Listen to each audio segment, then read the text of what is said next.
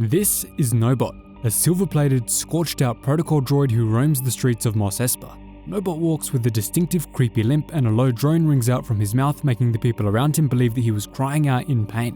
Where did this creepy droid come from?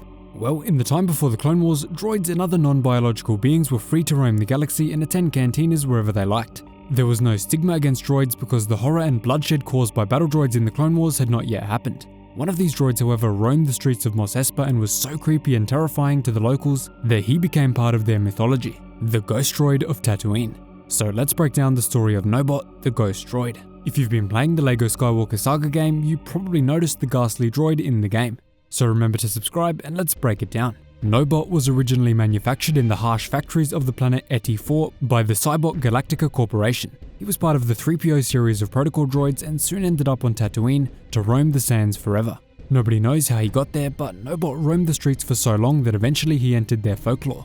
Many rumors, stories, and even conspiracies began to develop about the eerie silver droid.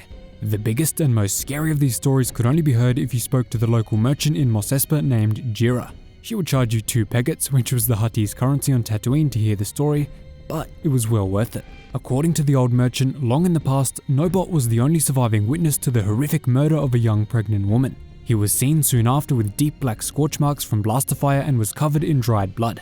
If you were to take a close look at the droid's identification plate, you would find that its serial number had been scratched off so that it couldn't be identified, taking the mystery even further.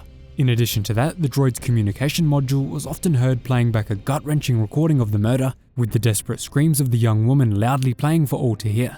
The recording would then turn to nothing but static before repeating the murder over and over and over again for as long as anyone can remember. Some people in Mos Espa actually believe that Nobot was the murderer in the story himself and prowls around waiting for his next victim. On top of that, the people started to believe that the droid was surrounded by evil spirits or even the dark side of the Force itself because of the murder he may have committed.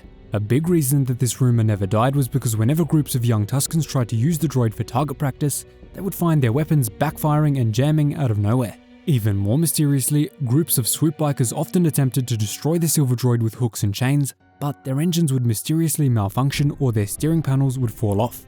Despite these attempts to capture, destroy, or eliminate Nobot, he always managed to find his way back to Mos Espa no matter what. Will Nobot commit another murder in the streets of Mos Espa to repeat the cycle again, or will he remain in a soulless loop, reliving the murder forever?